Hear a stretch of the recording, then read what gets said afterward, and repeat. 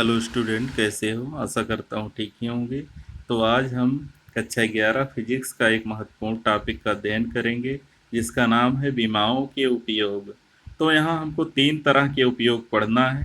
पहला है एक पद्धति के मात्रक को दूसरी पद्धति के मात्रकों में बदलना। हम विमाओं का प्रयोग करके एक पद्धति के मात्रक को दूसरे में, जैसे एमकेएस को सीजीएस में या एफपीएस में बदल सकते हैं। तो देखिएगा कि किसी भौतिक राशि का जो आंकिक मान होता है और उसके संगत मात्रक दोनों का गुणनफल नियतांक होता है। जैसे यदि किसी भौतिक राशि P के आंकिक मान दो विभिन्न पद्धतियों में n1 n2 हो और उनके मात्रक u1 u2 हो, तब P बराबर n1 u1 बराबर n2 u2। कहने का मतलब ये हुआ कि अगर मान लीजिए 1 मीटर लिखा हो, 1 मीटर लिखा हो, इसको सेंटीमीटर में बदलना हो तो 100 सेंटीमीटर आएगा, 100 सेंटीमीटर आएगा। तो यहाँ इस बात का ध्यान देना कि जो 1 है वो छोटा है, जो 100 है वो बड़ा है, लेकिन यहाँ मीटर बड़ा है, सेंटीमीटर छोटा है। कहने का मतलब 1 और मीटर का गुणनफल 100 और सेंटीमीटर के गुणनफल के बिल्कुल बराबर है। तो इसको n1 माने, इसको u1 माने, n1 u1 बराबर n2 u2। कहने का मतलब अगर आंकिक मान बड़ा है तो मात्रक छोटा होगा, और आंकिक मान छोटा है तो उसका मात्रक बड़ा होगा। इस बात का हमेशा ध्यान देंगे। और वही इसने दे रखा है कि P बराबर n1 u1 बराबर n2 u2 यहाँ पर। तो यदि भौतिक राशि की विमाएं लंबाई में a, द्रव्यमान में a, लंबाई में b, समय में c हो, तो उसका विमीय सूत्र m का पावर a, l का पावर b, t का पावर c होगा। अतः पहली पद्धति में मूल मात्रकों की मापें m1 l1 t1 अलग कर दिया, तो P बराबर n1 इंटू m1 का पावर a, l1 का पावर b, t1 का पावर c, इस तरीके से हो जाएगा। और दूसरी पद्धति में अगर मापें m2 l2 t2 हो, तब P बराबर n2 इंटू m2 का पावर a, l2 का पावर b, t2 का पावर c, ये वाला हो जाएगा। तो अब समीकरण 1 जो यहाँ पर बनाया था हमने, इसके हिसाब से कि n1 u1 बराबर n2 u2 होगा, इतना हो जाएगा समीकरण 1 के हिसाब से। तो इतना हो जाएगा। इसके बाद जब हम इसको पक्षांतर करेंगे, ये हम n2 बराबर निकालेंगे तो n2 में जो गुणा है इधर आएगा, इसमें भाग हो जाएगा बाएं पक्ष में। जब बाएं पक्ष में भाग होगा तो n2 बराबर n1 into m1 by m2 का power a, l1 by l2 का power b, t1 by t2 का पावर c, ये बन जाएगा हमारा क्वेश्चन नंबर 2।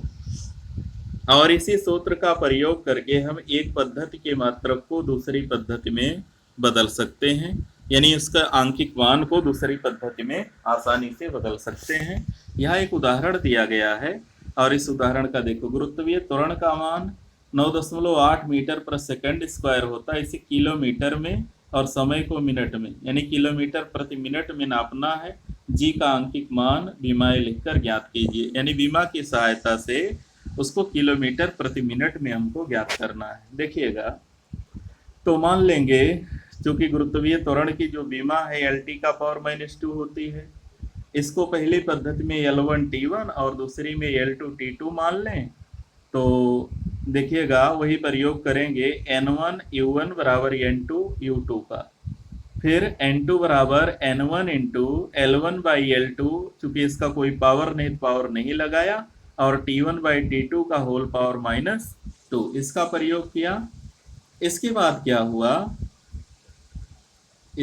क्या हुआ, देखिएगा कि यहाँ पर n1 का मान दिया 9.8 दिया है। तो 9.8 अगर दिया है तो 9.8 यहाँ पर लिख दिया हमने, 9.8 हो गया। और इसके बाद ये देखिएगा, L1 जो है वो मीटर में है, L2 हमें किलोमीटर में लाना है, T1 सेकंड में है, हमको T2 को मिनट में लाना है। तो हमने इस तरीके से मीटर बटा किलोमीटर और सेकंड बटा मिनट लिख लिया। अब इसको दोनों को, चूंकि विजातीय पदों को हम भाग दे नहीं सकते, तो ये मीटर है, इसको भी मीटर बनाएंगे, ये वाला सेकंड है, इसको भी सेकंड बनाएंगे। तो 1 मीटर बटा 1000 मीटर 1 किलोमीटर को, और 1 सेकंड बटा 1 मिनट को 60 सेकंड, ऐसे बदल लिया गया। सजातीय कर दिया। अब देखिएगा मीटर से मीटर कट जाएगा, यहाँ सेकंड से सेकंड कट जाएगा।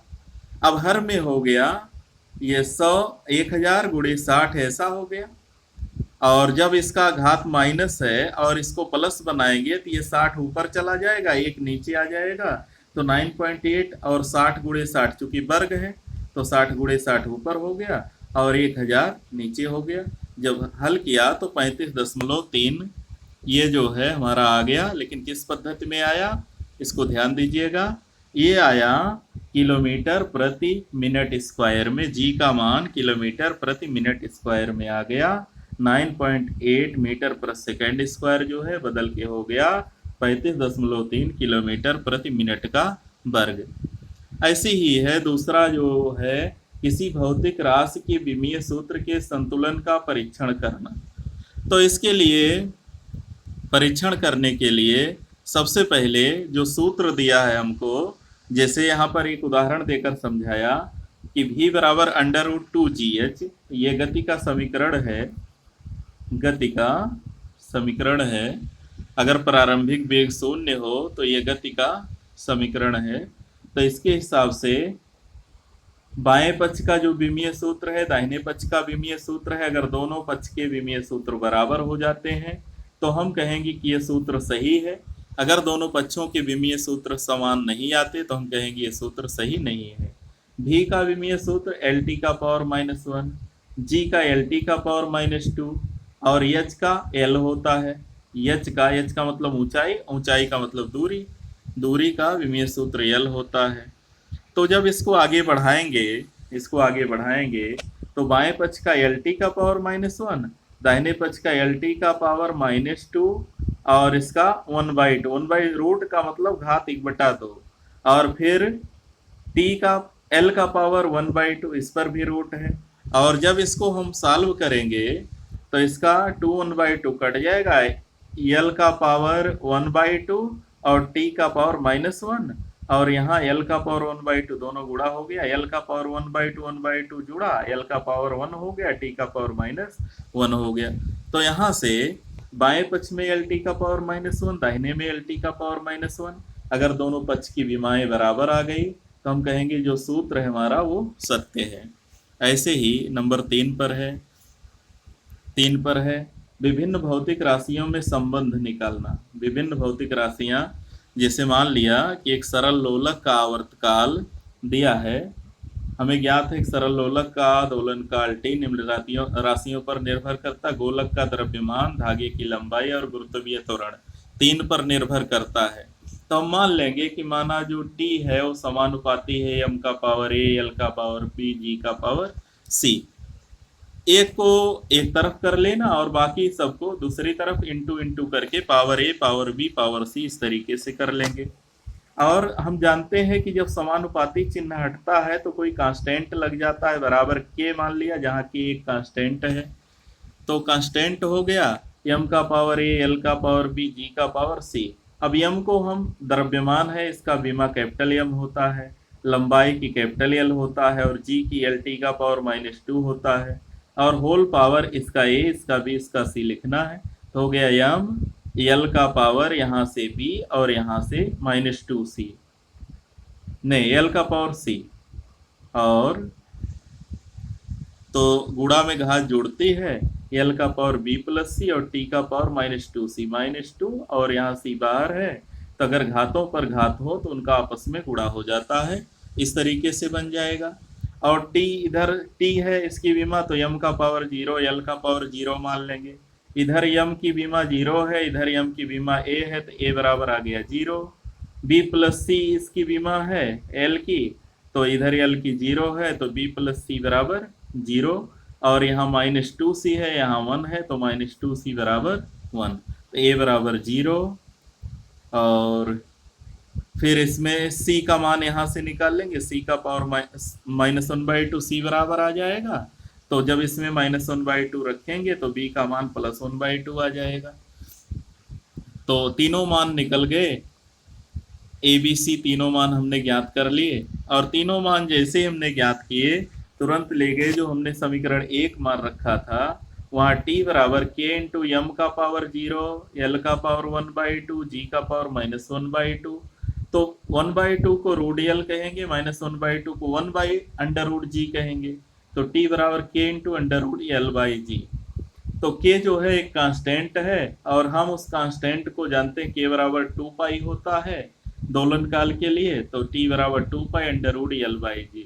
यहाँ 2 पाई अगर नहीं मालूम है तो उसको ऐसे ही के रूप में पड़ा रहने देंगे।